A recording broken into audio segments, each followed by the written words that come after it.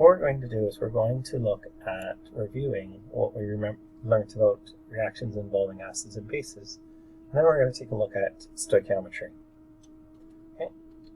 So as we know, a good bunch of the reactions between an acid and base can be classified as a neutralization reaction, where a neutralization reaction is an acid plus a base will form salt plus water.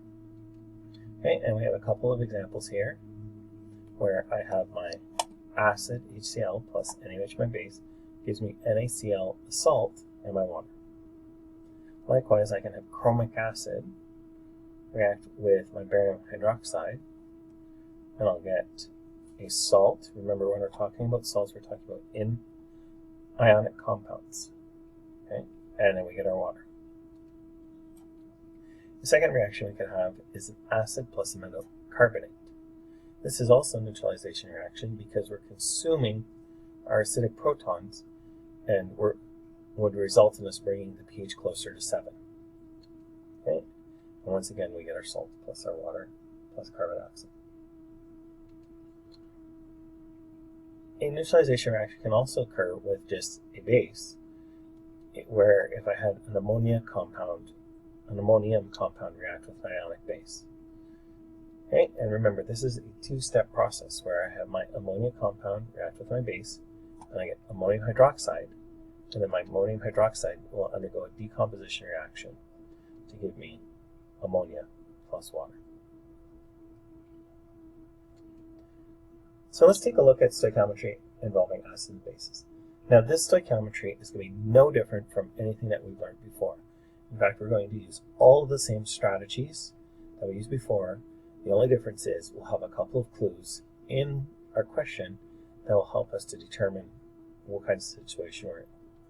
So when we look at this situation where NaOH with H2SO4, and the key word here is neutralized. So what that tells us is that I've combined exactly enough sodium hydroxide to react with all of the sulfuric acid. Okay, so let's start off our process. As we know, our first step is always to write our balanced chemical equation, and then going to write our givens underneath, and we're looking for the volume of NaOH. And this is the volume of NaOH required to react so that I consume all of my H2SO4, since I'm going to neutralize it. And as we know, we always have, so I want to know my volume of NaOH. So I have my starting point, which would be my volume of my sulfuric acid, and I'm going to multiply that by its concentration, which will get me to moles of sulfuric acid. Then I'll multiply that by a mole ratio, which will give me my moles of my NaOH, and then I'll divide that by the volume. Okay, so now that we have our plan of attack, I can multiply my volume by my concentration. That'll give me my moles of my sulfuric acid. Then I'll multiply by my mole ratio. It'll give me my moles of NaOH, and then if I divide that by my concentration, or multiply by the inverse, I'll be left with volume of NaOH. So we get that. Okay, let's take a look at a second example.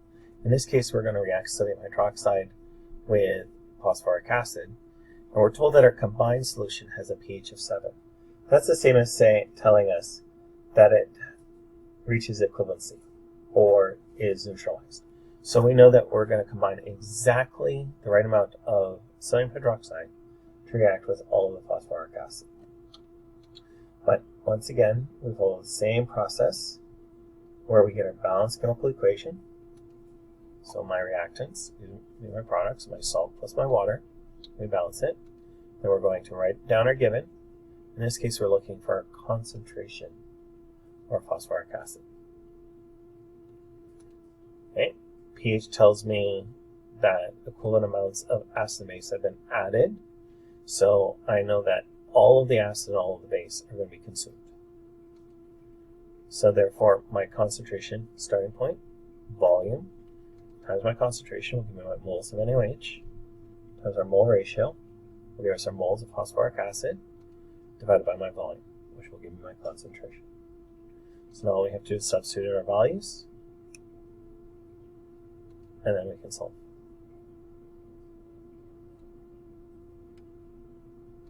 For our final example, we're not going to have a final pH of 7, but rather we're told that we're combining a certain amount of acid and base together, and we're asked to determine where our final pH is.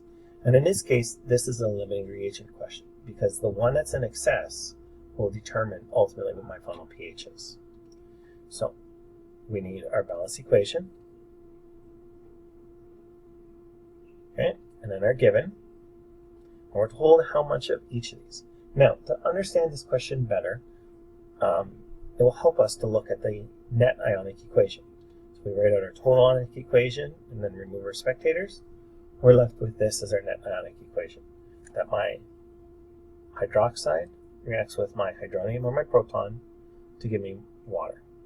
So this is my reaction that I'm looking at. So if I know my moles of OH minus, and I know my total moles of H plus, whichever one's larger, that's the one that's going to determine my overall pH. And because I have the same coefficient in front, I can reduce it. So we're going to operate on this reaction. So the first thing I need to do is calculate my moles of OH minus and my moles of H plus. To get our moles of our hydroxide, it's equal to the volume of the source of the hydroxide times the concentration, so that will give me moles of base, times the mole ratio to get to moles of OH minus. So that I know for every one of these, how many OH minuses will it release upon dissociation. So we can substitute our values, volume times concentration. For every 1 mole of beryllium hydroxide that dissociates, I'm going to get 2 moles of hydroxide.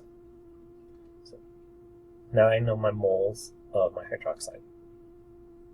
Likewise, I can calculate my moles of my proton, my volume of my acid, times the concentration of the acid, times the mole ratio. Substitute my values. For every 1 mole of acid that ionizes, I can get up to 3 moles of protons. Okay, and so now I know my moles of my protons. Now, at a quick visual glance at my balanced equation, I can see that they have a 1-to-1 mole ratio, and also I can see that my moles of OH minus are larger. So this tells me that my hydroxide is going to be in excess, and it's going to be some remaining after the reaction. And all of my proton is going to get consumed. So therefore, what I need to do is I need to calculate how many moles of hydroxide are required to react with all of my protons. So my moles of hydroxide requires my moles of my protons times the mole ratio. And so now I get how many are required. So now I can figure out how many are remaining in my excess, because what I have minus what I require. And I know how much is left. And then I can calculate a concentration. Now my volume total is going to be the combined volume of the 2 solutions, because the moles of hydroxide that are left over and are floating around in the solution are going to be in the total combined solvent of the 2 solutions. So therefore, I can get my concentration.